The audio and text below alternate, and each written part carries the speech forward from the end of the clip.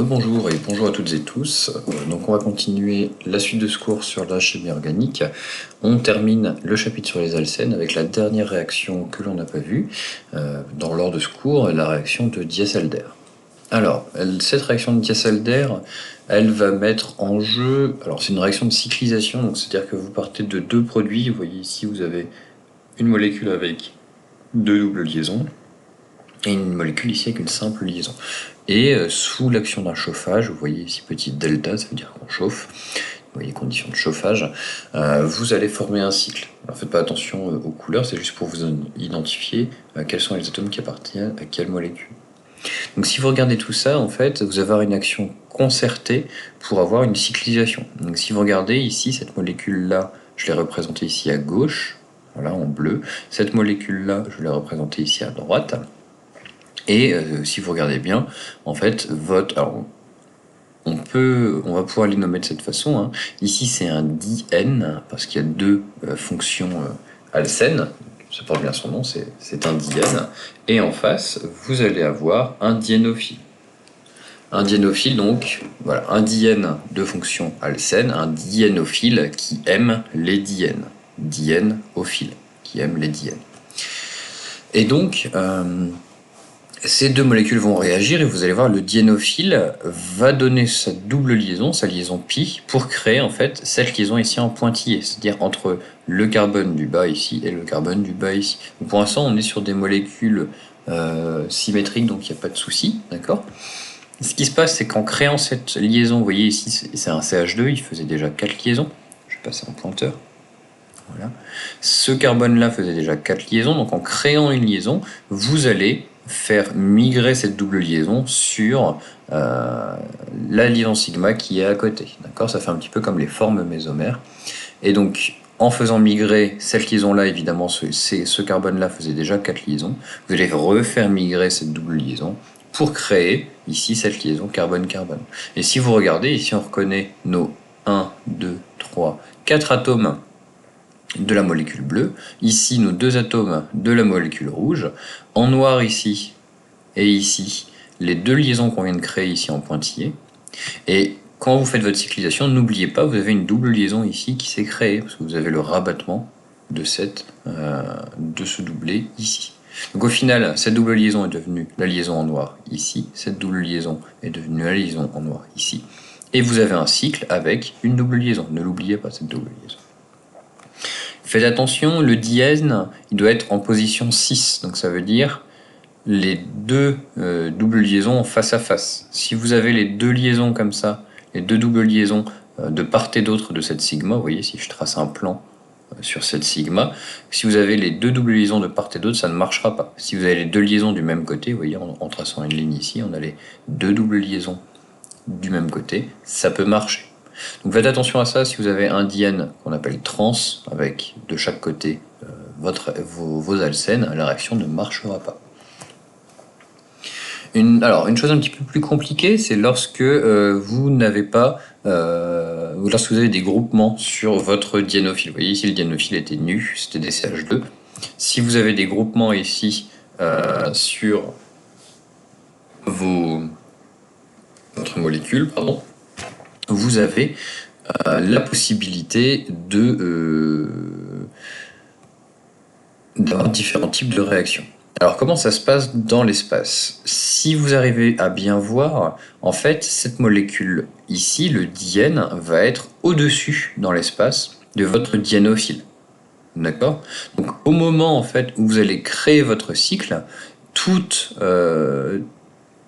les liaisons, en fait, votre molécule bleue et rouge vont passer dans le même plan.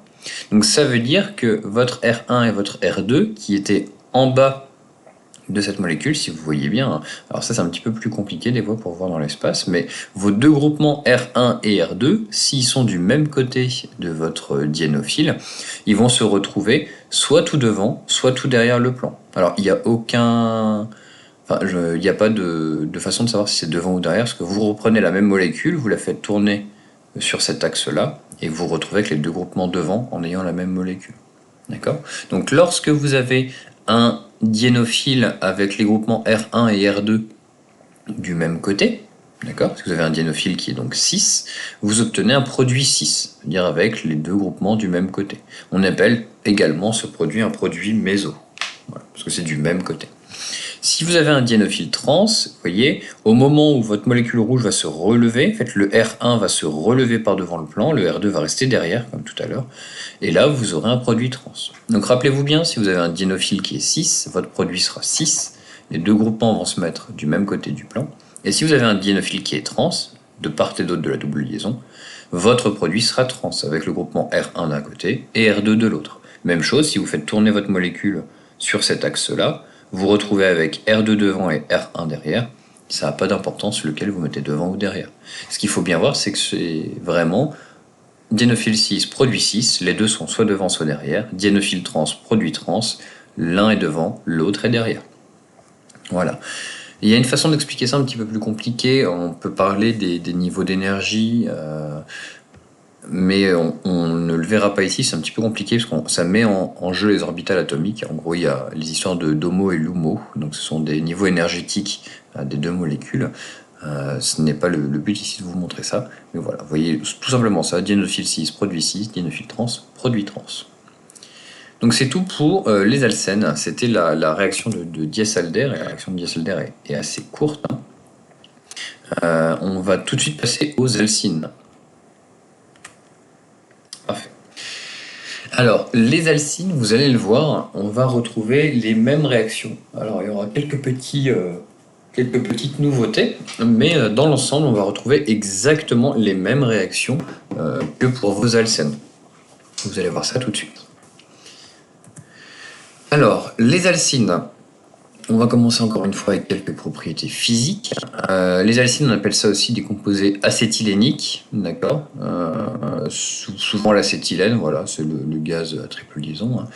Ce sont des produits qui possèdent une triple liaison, c'est-à-dire une liaison sigma et deux liaisons pi. D'accord. Même chose, ça a été vu normalement en atomistique. Une liaison simple ici, c'est une liaison sigma. Une double, vous avez une sigma, une pi. Et une liaison triple, vous avez une sigma, une pi et une deuxième pi en opposition. Vous avez une pi par exemple dans le plan Y et une pi dans le plan X. Il sera donc possible de faire des réactions d'addition sur une ou deux insaturations. Évidemment, on a vu dans le cas des doubles liaisons que vous avez cette double liaison qui est très très réactive. Donc souvent cette double liaison partait faire une addition, ou on pouvait faire une addition sur cette double liaison. Et bien imaginez, là on a 2 fois plus de liaisons pi, donc on va pouvoir faire 2 fois plus d'addition. Une petite notion sur la taille de ces liaisons. La distance entre deux carbones sur une liaison sigma, elle est plus longue que 2 carbones sur une liaison sigma pi, et encore plus longue sur une liaison sigma pi pi. Voilà, donc la simple liaison est plus longue que la double, qui est plus longue que la triple. Ça, c'est uniquement pour vous donner des ordres d'idées. Quand on parle d'alcyne vrai, un alcyne vrai, c'est dans le cas où, au bout de votre triple liaison, vous avez voilà. Donc là, j'ai écrit une triple liaison en bout de chaîne. C'est lorsque vous avez un hydrogène, en fait, un CH, d'accord. C'est-à-dire que vous avez toute votre triple liaison n'est pas contenue dans votre molécule. C'est que d'un côté, vous avez un CH, d'accord. Et on dit qu'un alcyne est trisubstitué lorsque la triple liaison est à l'intérieur de la chaîne. Voilà, donc alcyne vrai, alcyne trisubstitué. Le terme le plus important, ce sera alcyne vrai, on le reverra, vous allez voir. Les alcynes, ah oui, donc ça c'est assez important. Les alcynes ont la propriété d'être acides, vous voyez. Les alcynes vrais, c'est ce que je disais tout à l'heure, vous voyez ici, vous avez votre triple liaison, puis, alors n'importe quoi, R, ça peut être des carbones, des choses comme ça, et de l'autre côté, sur ce carbone-là, vous avez un H. Alors, on va passer sur le whiteboard. Si vous regardez, alors pour écrire un alcyne, la première chose que je pourrais vous conseiller, c'est absolument de ne pas faire ça. Alors imaginez, je vous demande d'écrire la molécule qui fait CH3, CH. Si vous voulez l'écrire comme ça, en topologique, ce que je ne conseille absolument pas, c'est de faire ceci. De faire CH3, et d'écrire votre double liaison par-dessus. Alors, ok, là, vous avez bien 1, 2, 3, et si c'est un CH ici, il faut cacher ça. Alors, je vais mettre un CH. On va changer la molécule. Pour l'exemple, ce sera beaucoup plus simple. Donc, on va pas mettre un CH ici, on va refaire un CH3. Alors, c'est gentil du conseil, mais non. Donc voilà, si on fait CH3, CC-CH3, sinon ça va pas marcher pour ce que je vais vous expliquer. Évitez de faire ceci et de mettre votre triple liaison par-dessus. Parce que là, évidemment, vous avez bien 4 carbones. 1 ici, 2, 3, 4. Le seul problème, c'est que plus vous allez en faire, et ça je le vois beaucoup dans les exercices, plus vous allez aller très vite et à la fin ça va ressembler à rien. Vous allez décentrer votre triple liaison, vous allez la mettre ici et du coup vous allez penser qu'il y a d'autres atomes au milieu, etc., etc. Pour vraiment écrire un alcyne, prenez votre temps. Ce que vous faites CH3, triple liaison, CH3. Vous voyez, une petite rupture. Et là, je vois bien que j'ai un carbone ici, un carbone ici, un carbone ici et un carbone ici. Et ça vous permet en fait d'avoir des liaisons qui sont correctes. Simple, triple, simple. Et ça, c'est suffisant. Et là, vous avez la molécule du dessus. Voilà. Donc si vraiment vous voulez les coller, essayez de bien casser le mouvement. Vous faites simple, triple, simple. Ne faites pas ça et ça. Très honnêtement, c'est pas pour vous embêter, c'est parce que je le vois beaucoup, des étudiants qui font ça, et en fait à la fin ça ressemble plus à rien, et au fur et à mesure qu'ils avancent dans leur développement, ils se disent « Ah bah là j'avais un alcyne vrai ». Et bah non, parce que ça ici, on dirait que ça fait ça, mais en fait pas du tout. C'est juste qu'en écrivant vite, on est passé de cette molécule-là à cette molécule-là. Où là ici vous avez un CH, donc vous avez perdu un carbone. Faites très attention quand vous écrivez les alcynes vrais, d'accord ? Enfin les alcynes en général de toute façon. On va rester sur le whiteboard parce que justement ces alcynes vrais, ils ont la propriété d'être déprotonés. Donc c'est-à-dire on peut enlever l'hydrogène qui est ici. Alors souvent c'est en présence d'une base très forte. Donc souvent c'est le N-butyl-lithium. Donc si vous voyez N-buly, prenez l'habitude, on le verra en TD. Hein. Et en fait ça vous permet d'avoir ici cette alcyne qui est déprotonée. Alors comment ça fonctionne ? Imaginez, vous avez, encore une fois, vous avez un CH3 avec un H ici, d'accord ? Vous avez deux carbones ici, C et C. Le N-butyl-lithium, c'est une base. Donc en fait, ce qui va se passer, c'est que, on va l'écrire vers le bas, le N-butyl-lithium, alors le N-butyl-lithium, qu'est-ce que c'est ? C'est du 1, 2, 3, 4 carbones, butyl, L, lithium. Non, butyl-lithium et N, parce qu'en fait, là, c'est une façon de dire que la molécule est linéaire. D'accord ? Vous avez aussi le 1, 2, 3, 4 lithium ou le terbutyl-lithium qui est en fait comme ça. Et plus ça va en fait, ça c'est juste pour la parenthèse, plus ça va, plus ces composés sont inflammables. Alors, ici vous avez le N-buly, là vous avez le sec-buly, ici vous avez le terbuly. C'est juste pour dire en fait comment est située la chaîne. Ce sont des molécules qui sont extrêmement dangereuses. Si vous avez un jour à utiliser, si vous voyez butyl-lithium sur une bouteille et que vous ne savez pas l'utiliser, allez voir votre référent, votre responsable pour bien apprendre à manipuler ces produits sans aucune... alors je n'en rajoute pas, mais malheureusement il y a des décès tous les ans dans les laboratoires avec souvent des stagiaires ou des jeunes chercheurs qui ne savent pas utiliser ces produits. Et il faut savoir que plus vous allez vers le bas, plus ces produits sont inflammables. Voilà. Donc bien souvent, on les prélève à la seringue saute, ça va sur la personne et malheureusement, ça prend feu instantanément à l'air. Donc vous imaginez le tableau. Bref. Et en fait, ça, c'est comme une base. Donc c'est-à-dire que le buly va venir arracher un hydrogène ici, et en fait, vous allez redéposer les électrons de cette liaison-là sur le carbone. Vous voyez, d'habitude, ce qui se passe, quand on arrache, on pose sur une liaison. Là, on va poser sur le carbone. Donc si vous regardez bien, votre butyl-lithium, en fait, qu'est-ce que c'est ? C'est du 1, 2, 3, 4 carbone et lithium. Et en fait, cette liaison-là, on va pouvoir l'assimiler quasiment à une liaison ionique. D'accord ? Donc en fait, ça veut dire que vous avez sur ce carbone-là une charge moins et le lithium qui vient ici. Elle est quasiment ionique. Et vous voyez un petit peu du coup ce qu'on peut faire. C'est-à-dire que la charge moins ici peut venir récupérer l'hydrogène et on va rabattre sur le carbone. Ce que ça vous fait dans votre milieu, c'est que vous avez un CH3 triple liaison moins.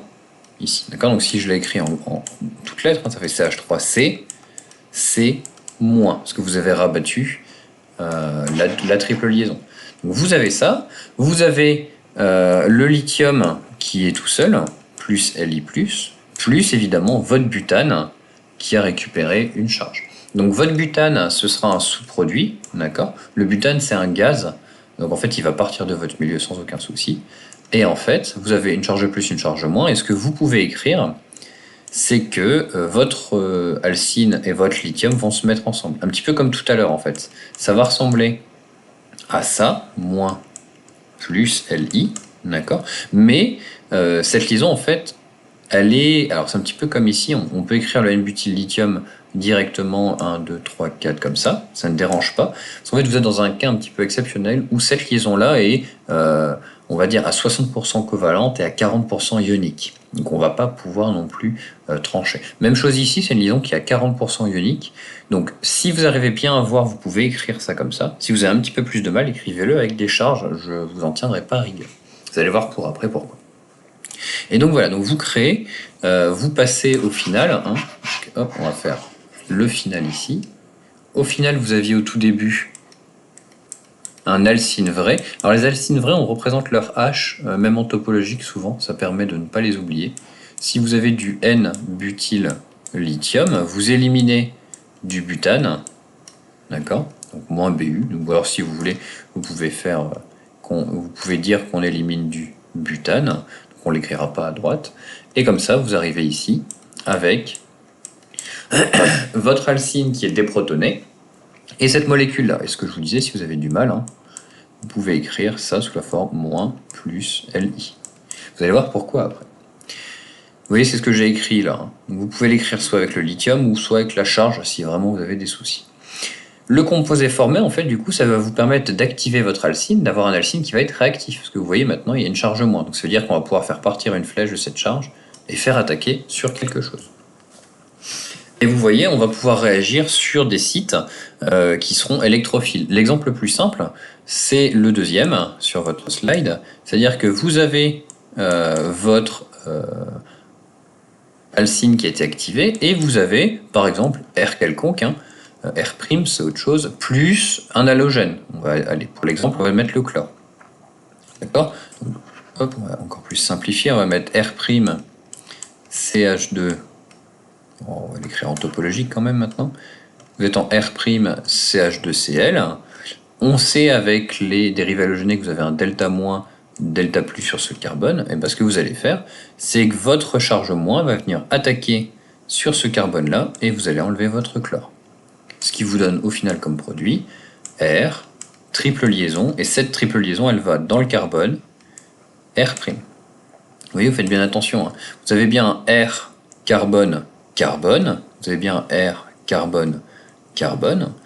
Et cette flèche-là, elle fait une liaison avec ce carbone-là. Donc vous faites une liaison ici avec ce carbone-là.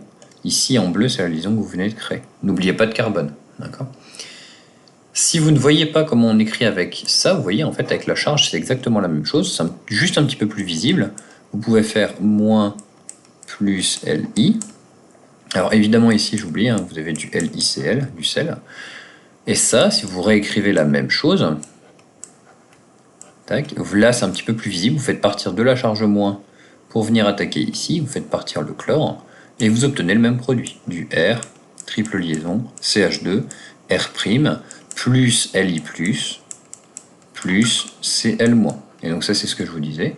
Ça vous donne du LiCl. D'accord ? Voilà, vous écrivez comme vous voulez. Il faut bien voir que la liaison carbone-lithium est très polarisée. Vous pouvez l'écrire d'une façon ou d'une autre. Un autre exemple ici qu'on voit dans le cours, c'est sur le cadre de l'addition sur une cétone. Donc, si vous voyez par exemple, vous avez du R triple liaison Li. Si vous êtes avec un composé qui possède une liaison carbonyle, on appelle ça une liaison carbonyle, une cétone, un aldéhyde, un acide carboxylique, alors peut-être pas l'acide carboxylique quand même, mais c'est pas grave. Vous avez, même chose ici, quelque chose qui est plutôt delta-, l'atome d'oxygène est électronégatif, ce qui fait que ce carbone ici est plutôt delta+. Donc même chose, vous allez pouvoir faire attaquer la charge sur ce carbone-là, Ce carbone-là qui fait déjà 4 liaisons, donc vous allez rabattre un doublet sur l'oxygène. Donc si je vous écris tous les doublets, d'accord, donc ça c'est pas si grave de pas tous les écrire. Ce que ça va vous donner, il faut être méthodique, c'est que c'est ce carbone ici, vous vous focalisez sur ce carbone ici en rouge. Donc ce carbone ici, qu'est-ce qui va se passer? Vous pouvez faire ça au brouillon. Hein. Vous avez, alors ici, de ce côté-là, un R', de l'autre côté, un R''. Vous venez de créer la liaison en bleu qui vous mène, alors la liaison en bleu que je vais faire ici, qui vous mène à un carbone triple liaison R, d'accord? C'est pas très joli, mais on va la refaire après. Et après, vous voyez, vous avez levé une liaison, donc vous avez une simple liaison vers un oxygène qui a, ce coup-ci, 3 doublés. Vous avez un moins, donc vous allez avoir un petit contre-ion ici qui va être le lithium. Faites attention, hein, c'est vraiment un contre-ion, vous ne m'écrivez pas. Alors, on peut l'écrire si on le souhaite, hein, on peut écrire OLI, mais gardez bien le côté ionique, parce qu'après, sinon, on va jamais s'arrêter en fait au produit ionique. Souvent, ce qui va se passer derrière, c'est qu'on va reformer l'alcool directement derrière. Donc faites attention à ça. Donc au final, vous voyez, hein, si je réécris bien ma molécule, on a un R'', une triple liaison R. Alors, vous voyez, je commence à faire une erreur. Tac. Triple liaison R. De l'autre côté, on avait un R'. Et ici, on a une liaison O moins plus Li. Et bien souvent, vous voyez un petit peu après ce qui se passe, c'est quand on a un O moins quelque chose, O moins plus Li, derrière on fait une étape de ce qu'on appelle d'hydrolyse. Alors hop, ici. Derrière, ce qu'on va faire, c'est tout simplement ce qu'on appelle une étape d'hydrolyse. C'est embêtant, on ne peut plus passer en mode non-dessin. D'accord, bon, très bien, c'est pas grave. Et donc après cette étape ici, on va pouvoir faire une étape d'hydrolyse. Désolé. Tac, ce qu'on appelle l'hydrolyse, c'est juste H2O. D'accord. Et en fait, c'est pour rendre, pour reprotoner toutes les positions. Donc en fait, vous allez avoir du R', R', R, et ici vous allez former un OH. C'est-à-dire qu'on va prendre un des hydrogènes de l'eau et forcément en sous-produit, hein, ce qu'on a écrit ici, vous allez libérer un OH-, d'accord, avec le H2O, donc vous allez libérer du LiOH. Parce que vous allez avoir du OH- avec H2O et du Li+ dans le milieu. Donc vous allez faire du LiOH. Donc voilà un petit peu l'explication de ce cours. Vous voyez ici on a à peu près la même chose. On l'a écrit différemment dans le cours, c'est pas si grave. Une chose que je n'ai pas dit sur les alcynes, et là je me permets de faire un énorme panneau rouge. Voilà. Les alcynes, la liaison carbone, triple liaison carbone, cette liaison-là, ici, entre les deux, l'enchaînement simple liaison, triple liaison, c'est du 180 degrés. Ne m'écrivez jamais, au grand jamais, des choses comme ça, ou comme ça. Une triple liaison, c'est toujours à 180 degrés dans le plan. D'accord? Vous avez un alignement parfait de la simple, de la triple, de la simple. Ça, faites très attention. C'est une propriété des alcynes qui est très importante. Prenez l'habitude maintenant, et surtout ne faites jamais une triple liaison qui n'est pas complètement dans le plan. D'accord? Ça, c'est très très très important. Je vous le redirai en PD certainement. La suite sur les alcynes. Ok. On va reprendre des notions que vous avez déjà vues. La réduction avec le dihydrogène, voilà, on appelle ça une réduction dans le cas des alcynes, nous on avait appelé ça l'hydrogénation, dans le cas des alcènes, c'est un peu la même chose, c'est pas bien grave.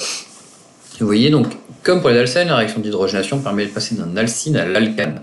Donc ça veut dire que normalement sur un alcène, si vous vous rappelez bien, on passait d'un alcène à un alcane, parce qu'on rajoutait une molécule d'H2, on rajoutait un H ici à chaque fois, et bien là vous allez faire la réaction sur 2 fois de suite en fait. Ce qui va se passer, c'est que vous allez avoir directement un H et un H ici qui vont se mettre pour donner l'alcène, et un H et un H ici qui vont se mettre pour donner ici l'alcane tout simplement. Donc vous allez passer directement de l'alcyne à l'alcane. Les catalyseurs, voilà, c'est comme un petit peu comme la dernière fois, c'est du palladium sur charbon. Alors la dernière fois c'est que du palladium, là je précise palladium sur charbon, du platine, du nickel, des choses comme ça. Cependant, voilà, même chose, on pense à la boîte à outils, hein. Des fois vous n'avez pas forcément besoin de passer directement de l'alcyne à l'alcane, vous avez besoin par exemple de vous arrêter à l'alcène intermédiaire, et ça c'est possible. On vous dit, vous voyez, la réduction de la triple liaison peut être sélective et permet de s'arrêter à l'alcène intermédiaire. Et donc pour cela, en fait, on fait ce qu'on appelle un empoisonnement du catalyseur, c'est-à-dire que votre catalyseur ici en bas, si par exemple vous avez du palladium sur charbon, on va le rendre légèrement moins actif, c'est-à-dire qu'on va réduire la force qu'il a de faire cette réaction pour qu'il ait la capacité de la faire qu'une seule fois, en fait, par molécule. Vous voyez, pour cela il faut empoisonner le catalyseur, et par exemple si vous êtes en présence de palladium sur charbon, on peut rajouter de la quinoléine, du sulfate de barium, donc BaSO4, ou de l'acétate de plomb. Donc si vous avez dans votre milieu H2PDC tout seul, vous passez de l'alcyne à l'alcane. Par contre, si vous avez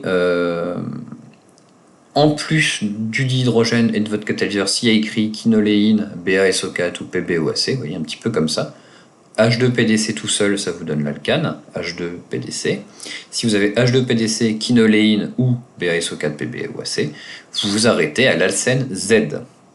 Important, vous voyez, c'est que vous passez de l'alcyne ici à l'alcène Z, c'est-à-dire que vos deux groupements vont être du même côté de votre double liaison. Vous me voyez venir, si en chimie organique on a la possibilité de faire la réduction de la triple liaison pour s'arrêter à l'alcène Z, on a évidemment cherché à s'arrêter ici à l'alcène E, c'est-à-dire avec les R de chaque côté de la double liaison. Ça c'est une autre réaction de réduction. On l'a fait en fait avec du sodium, Na, dans l'ammoniac, NH3, liquide. Alors l'ammoniac de base c'est un gaz, donc pour qu'il soit liquide, on travaille à basse température, donc vers moins 40 degrés. Donc on vous dit, on peut la faire avec du sodium et de l'ammoniac, soit du lithium aussi dans l'ammoniac. Vous pouvez voir LiNH3. Voilà, ça peut arriver. Donc ça nécessite de travailler à moins 40 de façon à ce que NH3, qui est un gaz à température ambiante, se liquéfie. Et donc voilà, donc vous voyez, en fait, vous avez votre alcyne. Si vous travaillez dans les conditions sodium ou lithium, dans l'ammoniac à moins 40, vous vous arrêtez ici à l'alcène E. Vous voyez, une réduction de l'alcyne vers l'alcane, de l'alcyne vers l'alcène Z quand vous empoisonnez le catalyseur d'hydrogénation, ou de l'alcyne vers l'alcène E quand vous travaillez dans d'autres conditions, sodium, ammoniac à moins 40 degrés. Donc ça, c'est pour ce qui concerne en fait la partie réduction des alcynes. Vous voyez en rouge, je vous ai dit, les additions électrophiles appliquées aux alcynes, ça correspond à la même logique que celle vue sur les alcènes. Donc c'est pour ça que c'est bien important de comprendre ce qu'on a fait avec les alcènes.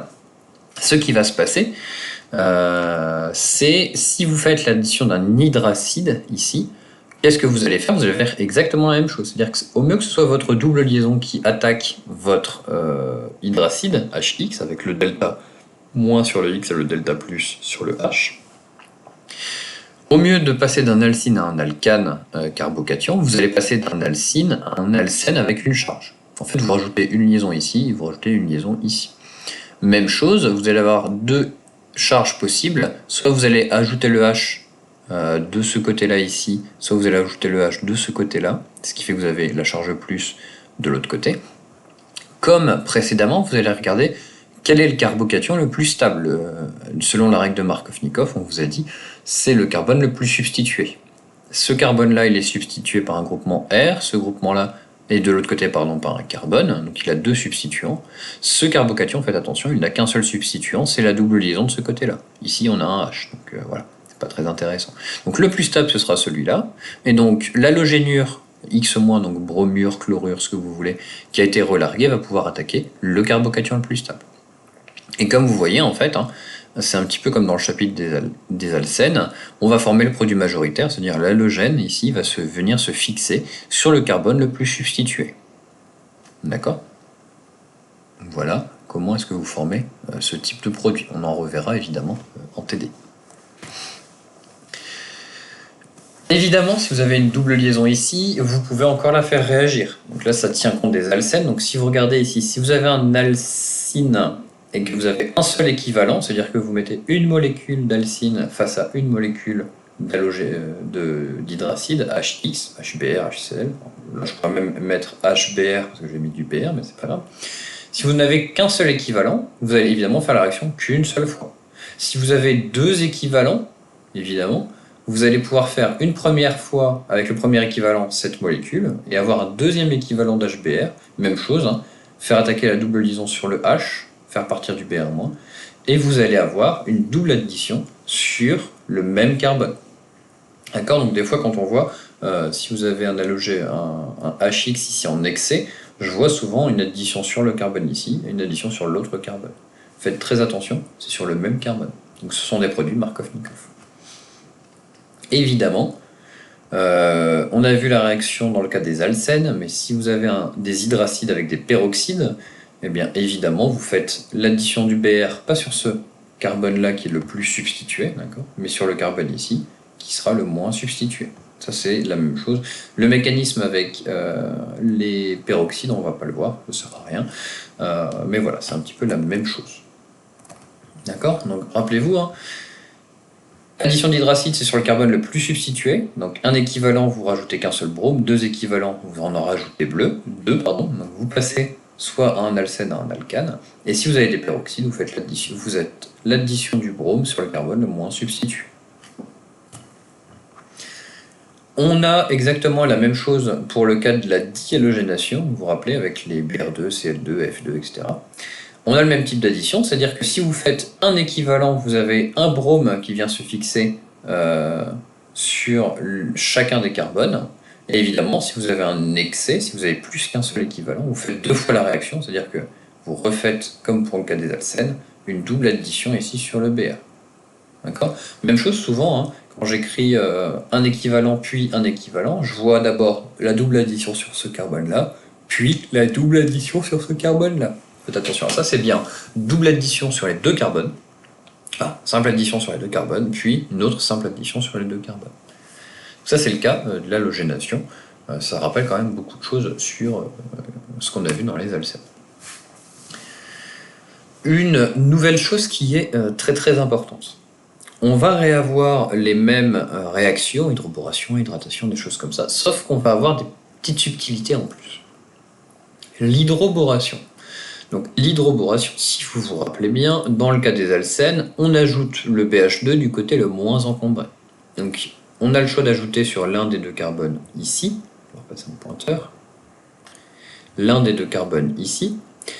De ce côté-là, vous avez un H, de l'autre côté, vous avez un groupement R quelconque, donc forcément plus gros qu'un H. Donc en théorie, vous allez ajouter votre BH2 de ce côté-là.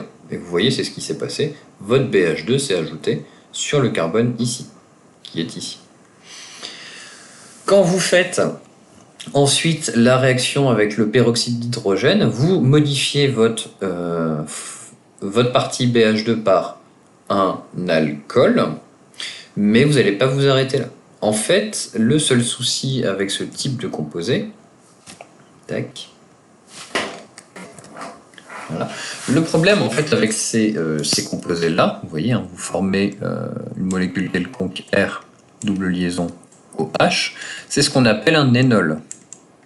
Alors pourquoi un énol? Parce que vous avez ici un alcène, ici, qui porte un alcool. Un alcène qui porte un alcool. Donc ça vous fait un N-ol. D'accord? Les énols, quand vous avez un alcool sur un alcène, ça c'est moyennement stable. D'accord? La stabilité, elle est moyenne. Donc en fait, vous allez avoir en fait un réarrangement. Vous allez pas vous arrêter ici, c'est-à-dire que dès que vous rencontrez un énol dans n'importe quelle réaction, ce que vous allez faire, c'est de dire ok, je m'arrête pas là. Il y a un équilibre entre cette forme-là et la forme avec l'acétone. En fait, ce qui va se passer, c'est qu'au sein de votre molécule, vous voyez si j'écris ici le détail, vous avez un CH double liaison COH, d'accord? Ce qui va se passer, c'est que vous allez avoir votre double liaison ici qui va venir se mettre ici, et votre hydrogène qui va migrer avec tous ces électrons sur ce carbone-là. Alors, le mécanisme n'est pas à comprendre, c'est juste pour vous montrer, en fait, ce que vous allez voir. C'est simplement avoir ici un CH2, simple liaison, double liaison, O, et c'est tout. Lui, il était CH, hein, excusez-moi. Ici, vous avez le H. Ah. Donc, c'est juste pour vous montrer comment ça se passe. Alors ça, c'est un réarrangement qui est un peu compliqué, on va pas le voir. Mais voilà, c'est juste pour qu'il soit illustré une seule fois. Donc ça veut dire que vous passez, faites tout simplement, vous, ce que vous faites, c'est que vous faites migrer votre double liaison ici. Donc vous faites du 1, 2, 3, clac. Vous formez un aldéhyde et vous avez toujours votre molécule R. Vous faites pas attention aux charges, des choses comme ça. Vous avez juste à écrire ça. Alors, ma mine commence à être un petit peu fatiguée, c'est pas très joli. On va la réécrire en dessous. Hein. Donc vous avez du R, tac, tac, tac, double liaison OH, qui est en équilibre avec du R, tac, tac, tac, double liaison O et H. Faites attention à bien écrire le H en dessous, d'accord? Ça pourrait être utile, décidément. Et H ici, d'accord? Et cet équilibre cétoénolique, grande importance ici, vous voyez cet équilibre, il est grandement déplacé vers votre aldéhyde. Donc cette double flèche ici, ce que vous allez faire, c'est lui montrer qu'on a un déplacement de l'équilibre vers la droite. Vous allez le nommer, vous dites que c'est un équilibre céto-énolique. Et pourquoi c'est un équilibre céto-énolique? Donc vous allez très vite comprendre énolique parce que de ce côté-là on a un énol, et céto parce que de ce côté-là on a un composé cétone, on va dire carbonyle normalement, mais bon, voilà, la nomenclature est faite comme ça. On a un composé qui comporte une fonction cétone dedans. Donc c'est l'équilibre entre la forme cétone et la forme énol, céto-énolique. Donc ça c'est important. N'importe quelle réaction, hein, même sur toutes les autres réactions, si vous formez un énol, vous allez naturellement déplacer l'équilibre, ça se fait spontanément, vers la forme avec votre cétone. Vous ne formerez pas spécialement toujours une fonction aldéhyde, vous allez voir ça dans la réaction d'hydratation, mais voilà. Faites bien attention à ça. C'est la petite modification. Hein. Si vous partez des alcynes, vous avez forcément un équilibre cétoénolique. Vous n'allez pas faire 2 fois l'addition, ça c'est pas possible, parce qu'à partir du moment ici où vous avez rajouté un BH2, vous ne pouvez pas en rajouter un deuxième, parce que les deux côtés sont encombrés. Faites attention à ça, l'hydroboration, vous faites une seule fois la réaction. Ce qui fait que vous arrivez à un énol et il va se réarranger tout de suite en composé cétone. L'hydratation. C'est exactement la même chose, la grande différence ici sur cette réaction, c'est que vous allez faire dans d'autres conditions. En fait, les conditions qu'on a vues précédemment, H2O, H2SO4, ça ne marche pas avec les alcynes, c'est pas assez fort. Donc vous allez travailler en fait avec des sels de mercure, souvent c'est du HGSO4, donc là j'ai pas mis le contre-ion, mais voilà, Hg2+, ça suffit, dans des conditions acides. Et donc ça, même chose, vous allez rajouter une fonction alcool sur votre carbone le plus substitué, c'est-à-dire ici.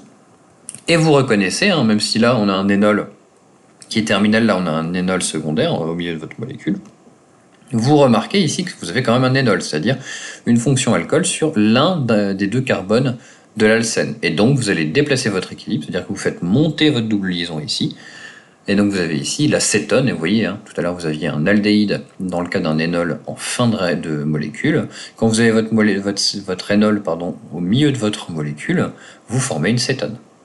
Même chose, dès que vous voyez un énol, faites l'équilibre cétoénolique. Voilà. Bien souvent, il y a un petit quart de point. Alors, si vous avez le produit final énol, voilà, vous avez, on va dire 75% des points. Mais si vous montrez que ça se réarrange en cétone et que vous avez l'équilibre cétoénolique, vous avez tous les points. Et là, c'est tout. C'est tout pour les alcènes. Alors, ce sont des chapitres qui vont très vite parce qu'on les a déjà vus. D'accord. Et ça tombe bien, on va avancer un petit peu plus vite aujourd'hui, parce qu'il ne nous restera plus qu'un seul cours derrière. Alors, les alcynes, c'est fait. Les alcènes, c'est fait. Alors, les organomagnésiens. Je vais pouvoir enlever les alcènes ici qui est ouvert. Voilà. On va attaquer un nouveau chapitre sur les organomagnésiens. Alors, il est un peu embêtant. C'est pas grave. Le chapitre sur les organomagnésiens, Ça va me cacher des choses ou pas? Non, ça va. Même chose, c'est un chapitre qui est relativement court, mais il est important de le comprendre. On va retrouver des notions qu'on a déjà vues auparavant, mais vous allez voir, ça va bien se passer. Les organomagnésiens. Un organomagnésien, c'est une molécule organique. Donc une molécule organique, ce sont des molécules qui ont des atomes de carbone, donc c'est ce qu'on fait depuis le tout début, sur lesquels on a placé un atome de magnésium. D'accord? R, MgX, c'est-à-dire que vous avez une chaîne R quelconque. Je ne peux plus passer en mode pointeur, c'est dommage. Vous avez une chaîne R quelconque, un atome de magnésium et un halogène. D'accord? On va parler que des organomagnésiens, c'est-à-dire une molécule organique avec un magnésium dedans. Vous avez énormément d'organométalliques. C'est-à-dire, un organométallique, c'est une molécule organique qui a un métal à l'intérieur. Quand c'est un magnésien, ça s'appelle un organomagnésien. Mais vous en avez énormément. Vous avez beaucoup d'autres organométalliques, avec d'autres métaux. Vous avez les organozinciques avec du zinc, les organopotassiques avec du potassium, organolithiens avec du lithium, organocuprates avec du cuivre, et bien d'autres. Chacun de ces organométalliques est on peut quasiment faire un chapitre à part entière avec eux, c'est-à-dire que ce qui va fonctionner avec un organomagnésien ne va pas fonctionner de la même façon avec un organocuprate, par exemple. Donc en fait, vous avez une différence avec chaque métal, vous pouvez décliner ça pour chaque métal. Nous, ce qu'on verra, c'est les plus communs, on va dire, les organomagnésiens avec du magnésium. Alors, qu'est-ce que c'est qu'un organomagnésien? Alors, les organomagnésiens sont très très présents dans les laboratoires de chimie organique. Un organomagnésien, c'est une molécule dans laquelle on a introduit un atome métallique de magnésium. Vous voyez, la synthèse organomagnésien consiste à insérer un atome de magnésium dans une liaison CX grâce à du magnésium solide. Si vous regardez ça, en fait, je vais vous montrer ça sur le tableau blanc ici. Ce qui se passe au tout début, par exemple, vous avez une molécule, alors Rx. Alors souvent je fais Rx, mais est-ce que ce serait pas mieux si je repasse? Vous avez une molécule Rx quelconque, souvent le R ici c'est un carbone. Donc qu'est-ce qui se passe? Ça on l'a déjà vu.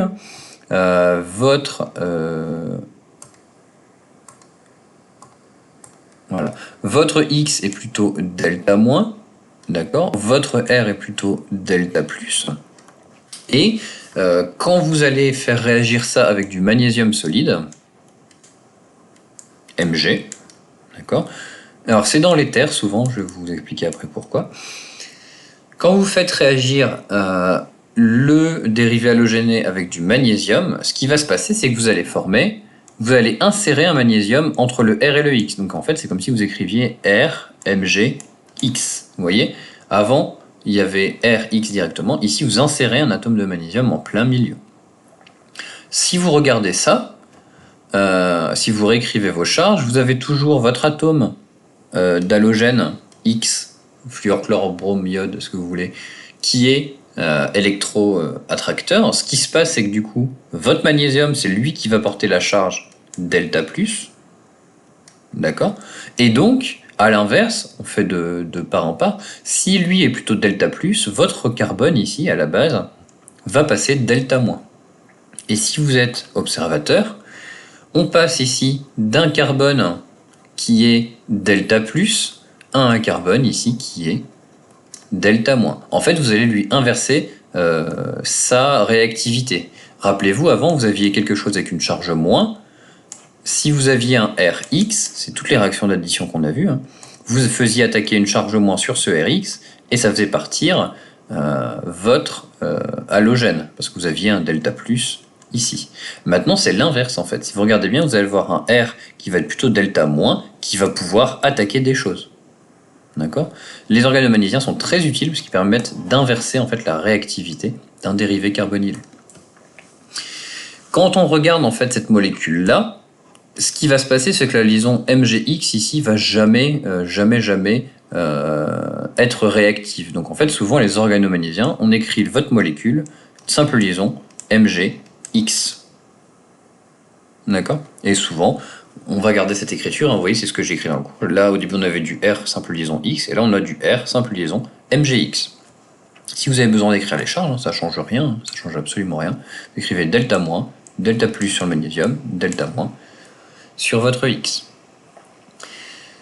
Comme je le disais tout à l'heure, vous avez une liaison. Alors, ce qui est important, c'est que la liaison RMGX ici, elle est. Alors, c'est comme le cas tout à l'heure des liaisons avec le lithium, elle est ionique.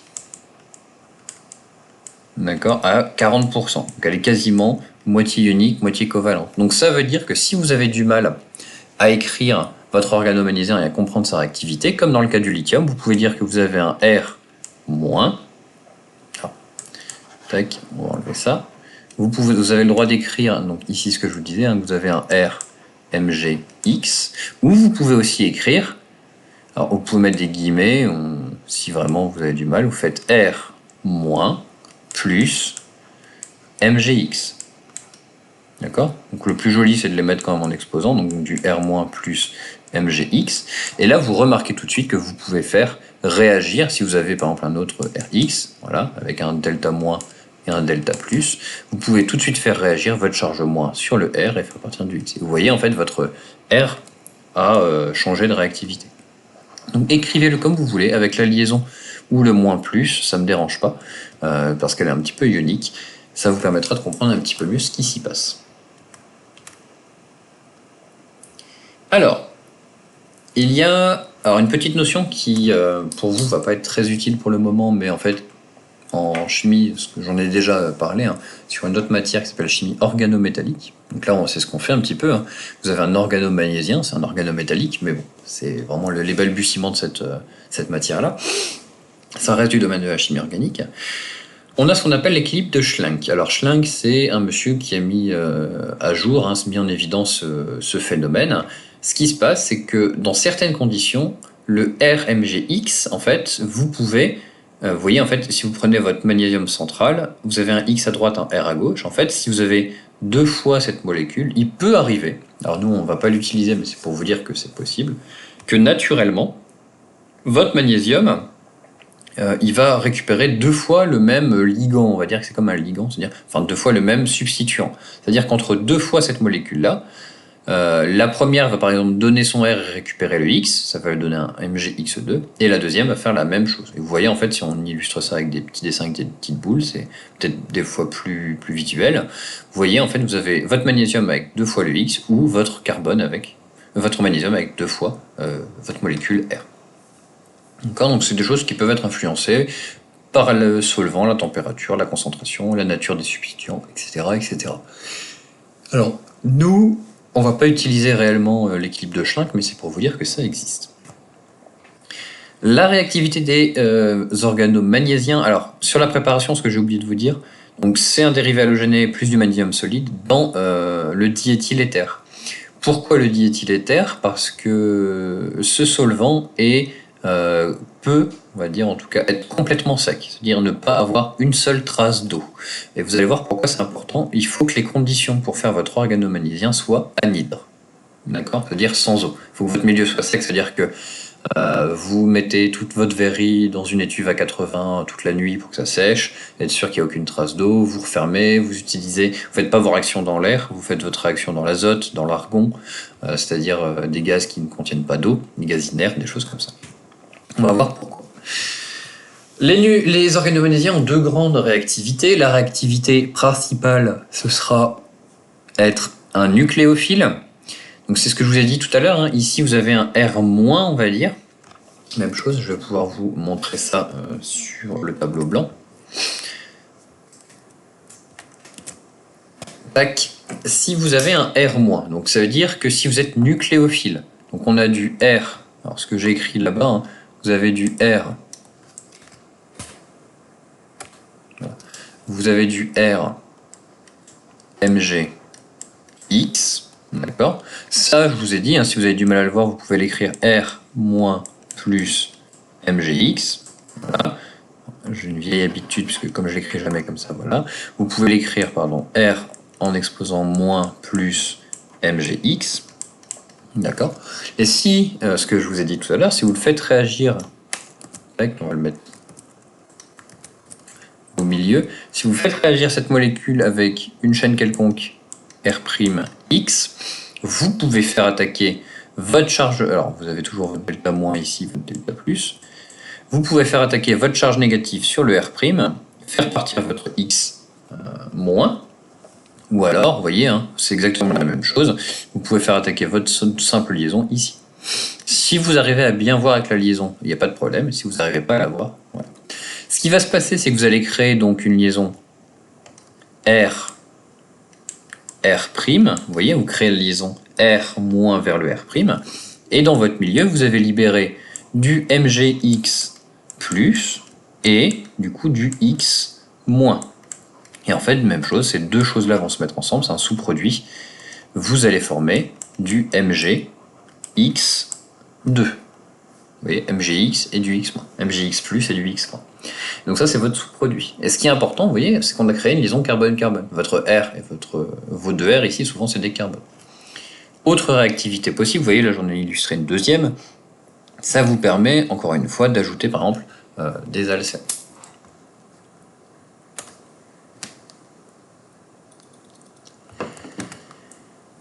Ok.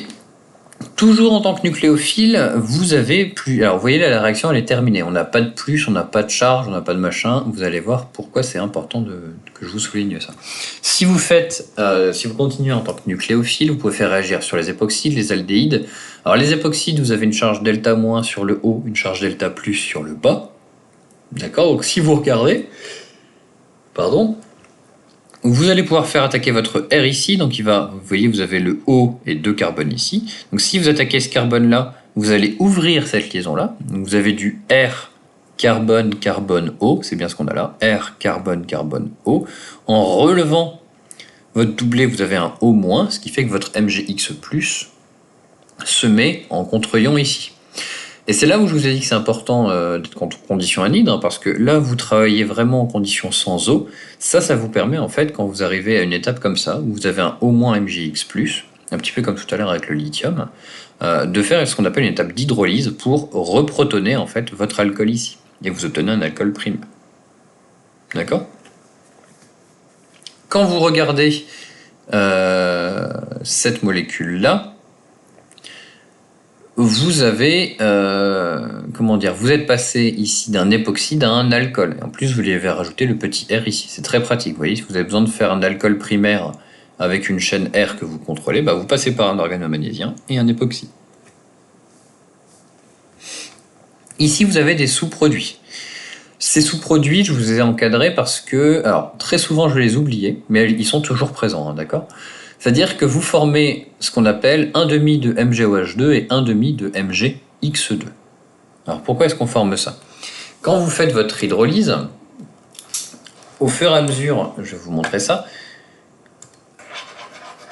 voilà. Si vous faites votre addition, on va la refaire un petit peu à côté. Si vous faites votre R, je vais remettre les charges pour ceux qui auront eu du mal, hein, parce que là c'est la version sans charge, RMGX comme ça.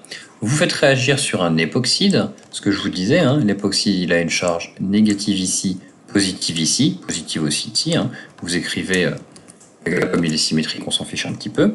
Votre charge- va venir attaquer votre époxyde. Votre carbone ici, du coup, va soulever cette liaison-là pour le rabattre sur le haut. Donc vous formez bien un R, et faites bien attention quand vous écrivez, R, carbone, carbone, O. R, carbone, carbone, O. O- plus MGX. D'accord. Et quand vous allez faire ça, vous allez rajouter de l'eau, donc H2O. Et qu'est-ce qui va se passer? Vous allez perdre un hydrogène ici, vous allez relarguer du OH-, donc en théorie vous écrivez tac tac tac OH, plus du MGX+, donc ça c'est vraiment plus du OH-. Donc en théorie, ce que vous écririez, si les deux ions se mettent ensemble, c'est que vous avez du MgXOH. Le seul problème, c'est que il n'y a pas qu'une seule molécule dans votre milieu. Vous allez en faire une fois, vous allez en faire deux fois, vous allez en faire trois fois, et en fait, vous allez en avoir plein de MgXOH dans votre milieu. Et ça, c'est ce qu'on a vu tout à l'heure. Alors, c'est le cas où ça va être utile pour vous. C'est que, vous voyez, en fait, si vous avez du MgXOH,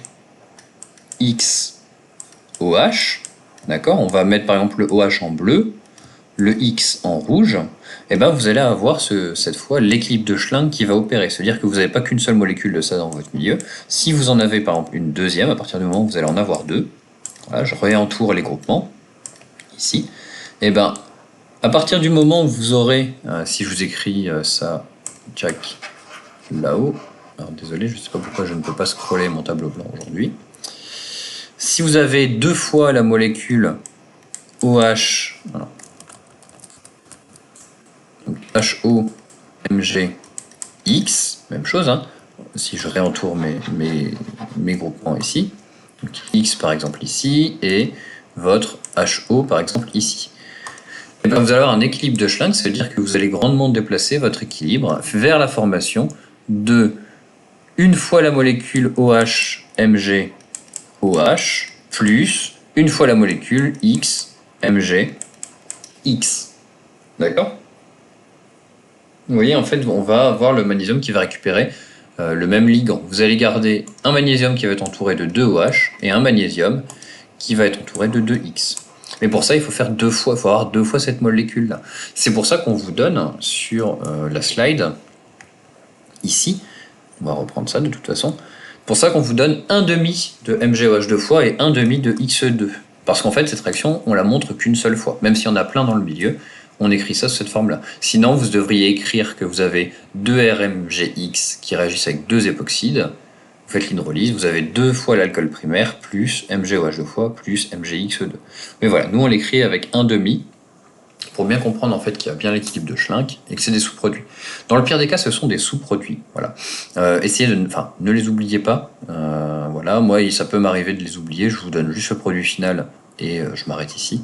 Vous avez toujours ces sous-produits. En fait, c'est des sous-produits de décomposition. Quand vous êtes ici, vous voyez, vous avez votre organomagnésiien sous forme ionique. Hein, et en fait, vous allez détruire la partie magnésium pour vous en séparer. Tout ça, ça va vous faire des sels, des choses comme ça. Une filtration et c'est terminé. Une autre activité évidemment avec les aldéhydes, on l'a vu un petit peu tout à l'heure avec les alcynes vraies, c'est-à-dire que la charge moins du carbone ici peut venir attaquer au pied d'un dérivé carbonylé, relever le doublet. Donc vous voyez en fait vous avez greffé votre R ici au pied de votre carbone, vous obtenez un au moins MgX, et même chose, vous faites l'hydrolyse, vous obtenez un alcool secondaire. Vous voyez la différence, si vous voulez un alcool primaire, vous utilisez un époxyde, un alcool secondaire, vous utilisez un dérivé carbonylé. Même chose, l'hydrolyse de cette partie-là, au moins MgX+, ça va vous donner tout un tas de sous-produits. Les mêmes, évidemment. Un sous-produit qu'on n'avait pas précédemment, parce que vous voyez, on n'avait rien d'ionique, on n'a pas eu besoin de faire d'hydrolyse. Tac, tac, tac. Avec les aldéhydes, vous voyez ici, vous aviez un C double liaison OH que vous retrouvez ici. Vous avez le CH ici qui est caché. Avec les cétones, vous allez obtenir la même chose, sauf que votre alcool sera tertiaire. Pourquoi? Parce que vous voyez, hein, alcool primaire, vous êtes en bout de chaîne, alcool secondaire, vous êtes en milieu de chaîne avec une double substitution, et ici, alcool tertiaire, parce que vous êtes en milieu de chaîne avec une triple substitution. Tout simplement parce qu'ici, vous n'avez plus un H. Vous voyez, comme ici, là. Ici, vous avez un H. Là, vous avez une autre chaîne, c'est une cétone. Donc, vous allez obtenir un alcool tertiaire et des sous-produits. Une petite variante ici avec les esters. On va l'écrire à côté pour bien vous montrer tout ça.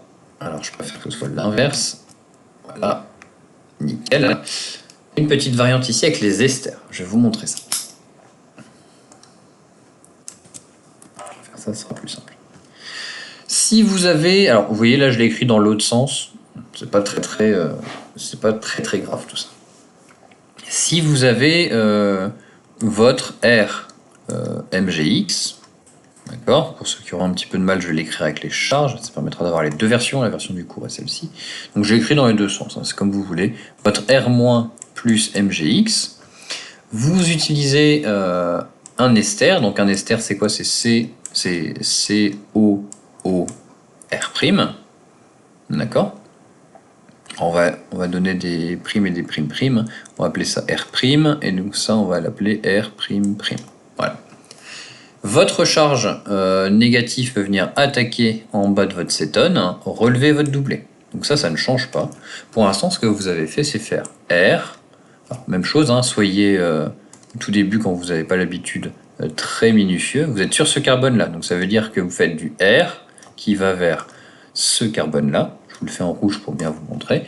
ce carbone-là vers le haut, et vous avez un O-, vous avez un double X rabattu, et de l'autre côté, vous avez un OR'', et vous venez de greffer un R'. D'accord? Donc si vous voulez écrire ça proprement, vous faites un O-, OR'', R' et R. D'accord? Vous obtenez cette molécule-là. Tac, je vais vous la refaire en haut, ce sera plus joli. Un O-, OR'', R' et R. Souvent, vous voyez ici, quand on avait... Alors, évidemment, vous avez relargué avec votre O- du MgX+, voilà, pour contrer cet anion. D'habitude, vous voyez, quand on a ça, la réaction est terminée et on met de l'eau et c'est fini. Le seul problème avec les esters, c'est que vous avez la présence ici de ce groupement OR'. Et en fait, ça, ce OR', c'est un très bon groupe partant. Très bon groupe partant. Qu'est-ce que j'appelle un groupe partant? Vous savez, c'est comme les halogènes qui vont s'en aller quand vous allez faire une addition dessus. Et bien là, c'est la même chose. Donc en fait, ce qui va se passer, c'est que tout naturellement, quand vous allez avoir cette structure, spontanément, donc ça se fait tout de suite, votre charge- va redescendre ici pour former votre cétone et vous allez éjecter ce qu'on va appeler un alcoolate. D'accord? Donc ça veut dire qu'ici, je vous enlève ça, tac. Une fois que vous avez fait cette réaction-là, vous allez former du R cétone, R', plus votre alcoolate, donc R''O- plus MgX. D'accord? Donc ça, vous l'avez de côté. Évidemment, dans votre milieu, vous avez toujours l'organomagnésiien. Donc en fait, vous allez rajouter un deuxième équivalent d'organomagnésiien, R''MgX, et cet organomagnésiien va pouvoir réagir. Alors cette fois-ci, ce sera une cétone, ce sera plus un ester, hein, mais il va pouvoir réagir là-dessus, ce qui va vous donner du R O- plus MgX, et vous allez avoir du R', et vous venez de mettre un deuxième R'. Et à partir de là, vous voyez, la réaction s'arrête, parce que vous ne pouvez plus éjecter de groupement OR quelque chose, vous avez que des chaînes carbonées qui sont en dessous. Donc à partir d'ici, vous faites votre hydrolyse avec le H2O, voilà, et vous obtenez votre alcool tertiaire. Mais cette fois-ci, vous voyez, vous avez fait l'addition de 2 fois votre organomagnésiien, R et R' ici. Évidemment, en même temps, ici, vous faites l'hydrolyse de votre alcoolate qui vous donnera un ROH. Mais ça, on s'en fiche, c'est un sous-produit. Voilà, on peut l'oublier. Vous voyez ici, la grande différence, c'est que vous faites une double addition. Ici, alors qu'on faisait une simple addition, c'est-à-dire on fait un organomagnésiien sur votre cétone, c'est terminé. Avec les esters, vous faites une double addition. Vous faites un premier équivalent d'organomagnésiens qui va vous donner une cétone et un deuxième organomagnésiien qui va réagir sur votre cétone pour vous donner votre alcool primaire. Et évidemment, vous voyez, là j'ai oublié, hein, votre hydrolyse vous donne 1,5 de MgOH 2 fois, plus 1,5 de MgX2. Voilà. Ça, c'est vos sous-produits. Et vous obtenez un alcool tertiaire avec la double addition. Avec le CO2, vous voyez... alors, avec le CO2, c'est plus simple, on va dire, entre guillemets. C'est qu'avec ce CO2, vous allez pouvoir faire l'addition directement sur le carbone. Alors, ça peut arriver. Vous pouvez faire des réactions en phase avec du gaz. Ça veut dire que comme c'est un double carbonyle, en fait, si vous regardez bien, donc ça veut dire que vous avez une charge delta-, delta+, delta-, et vous pouvez faire réagir votre carbone, votre charge moins ici, oui, du carbone, sur ce carbone-là. Et si vous regardez en ouvrant ici, vous obtenez un RC''O-O-, et en faisant votre hydrolyse, vous obtenez un acide carboxylique, et avec les sous-produits évidemment correspondants. Donc vous voyez, la réactivité principale, ça va être en tant que nucléophile, mais c'est une balance, hein. Tous les nucléophiles sont des bases et toutes les bases sont des nucléophiles jusqu'à un certain point. Et justement, les organomagnésiens ont cette double facette, hein, en tant que nucléophile ou en tant que base. D'accord ? Qu'est-ce qui va se passer en tant que base ? En présence d'un H acide, ils réagissent en tant que base. Donc si vous avez un alcool, d'accord ? Un alcool, c'est un H acide. Une amine. Une amine, le H de l'amine est plutôt acide. Un acide carboxylique. Là, il est acide, c'est pas trop compliqué. Ou un alcyne vrai. Ce qu'on a vu tout à l'heure dans le cas des alcynes, je vous ai dit que la propriété de ces H terminaux, c'est qu'ils étaient acides. Et bien tout simplement, votre organomagnésiens va venir récupérer le H de votre acide. Donc c'est-à-dire que dans tous les cas, ici, vous aurez un RH, vous voyez, R qui vient récupérer le H, plus le composé qui sera déprotoné. Donc l'alcoolate ici avec le H en moins, l'aminate ici avec le N en moins, le carboxylate avec le H en moins, ou l'alcinate avec le cyanure, pardon, avec le moins ici. Ce qui va se passer, c'est qu'une fois que vous avez fait ça, ça ne va pas évoluer. Une fois que vous allez rajouter de l'eau, vous allez détruire la partie magnésienne ici, et vous allez retomber en fait tout simplement sur votre alcool, votre acide carboxylique, votre... et une petite erreur ici, c'est une amine, c'est une erreur de copier-coller. Donc, tac, on va modifier, donc modifier sur vos PowerPoint, sur vos comment dire, sur vos PDF directement. Donc ici, vous allez retrouver, on va pouvoir le récupérer ici. Hop, ici, vous récupérez votre amine.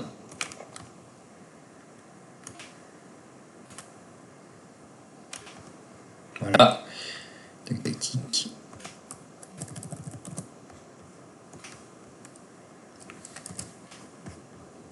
On va l'enregistrer tout de suite, comme ça, ça ne va plus traîner. Ok.